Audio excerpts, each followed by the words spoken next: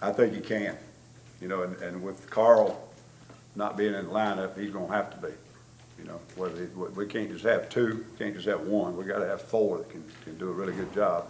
And I don't think there's any question. I mean, he showed that ability last year. Who else are you looking at in besides Darius that you think can give you that pass rush? Elijah. You know, Elijah really sometimes on those obvious pass downs, he might be a better inside guy. He's not as quite an edge guy. We work in McKenzie a little bit. Every time I can steal time from my practice schedule to get Cass over there to Rodney, he needs the skill sets with his hand work and his footwork, because he's probably, as far as the first step, the ability to flip his hips, drop his hips, the power that you have to have sometimes to be a good pass rush, he's got them all. But when you play linebacker, you don't work on that very long during the practice schedule.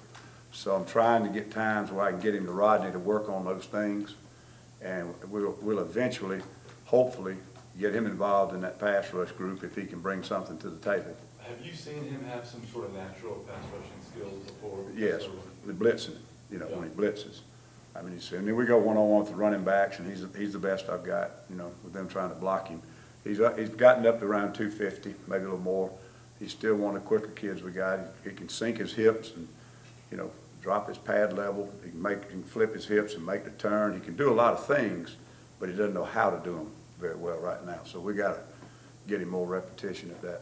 Ellis, I know it's very early, but one of the things you're looking for from Cass was really communication, less physical skill and traits. What have you seen from the off-season development in these first few practices in that? He's been good, been really good. He's had complete control of our front, you know, making all those decisions, and we've had absolutely no problems. Chris is sharp too. They both on the same page and getting it done inside. Chris has really, at this point, I think, been a better leader. I think he's been one of our leaders on the field. First in line and everything. You know, always great effort. Don't ever see him take a lazy step. You know, and I think we've got to get that way with all our players. Many of the rest of them are doing it too. But in my group, I'm saying, you know, Chris is the one motor runs constantly at high speed. Cass got the greatest skill set of all of them. If he can just be an every down player and bring it full speed every day, meetings, drills, everything. You know, study, performance on the field, practicing, everything he does, he's got to learn to keep his foot on the pedal and go full speed every play.